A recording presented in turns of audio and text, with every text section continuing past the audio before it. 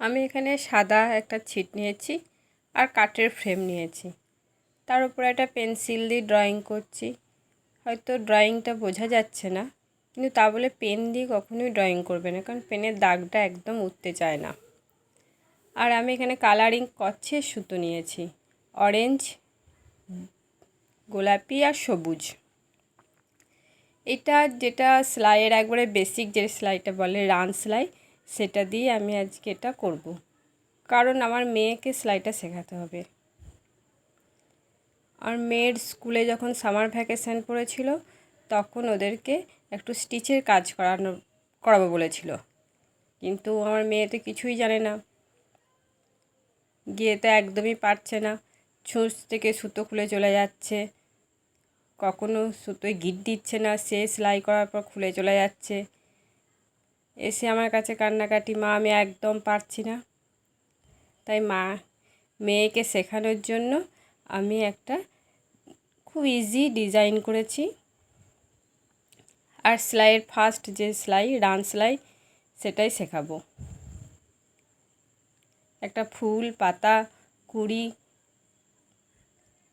এইটা হলো ডিজাইন দিয়ে শেষে এটা ওর কম্পিউটারে ঢাকা করব।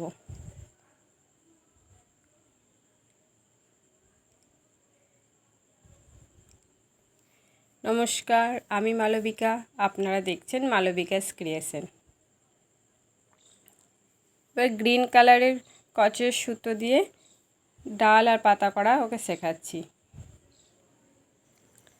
হ্যাঁ, ও কিন্তু ইন্টারেস্ট হবে শিখছে।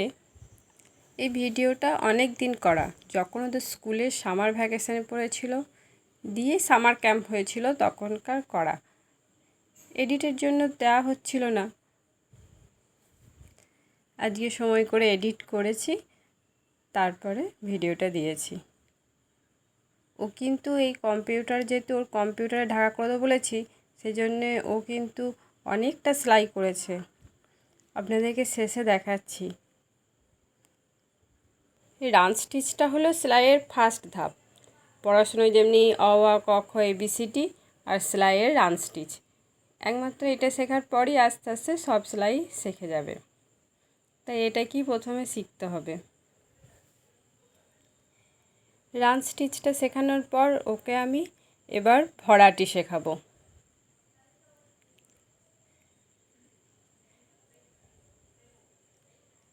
এবার আমি ব্ল্যাক কালারের সুতো নিয়ে নিয়েছি ভরাটিটা শেখাবো বলে।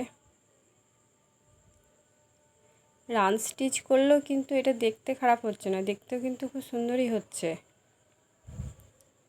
সেলাইটা করলেই ভালো লাগবে রং মিলিয়ে।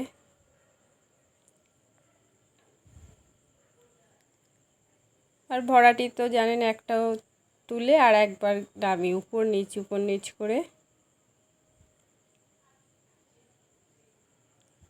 এটা যেহেতু ওকে করাচ্ছি তাই আমি দুদিকেই করাচ্ছি, উপর এবং নিচে দুদিকেই ভরাটি হচ্ছে।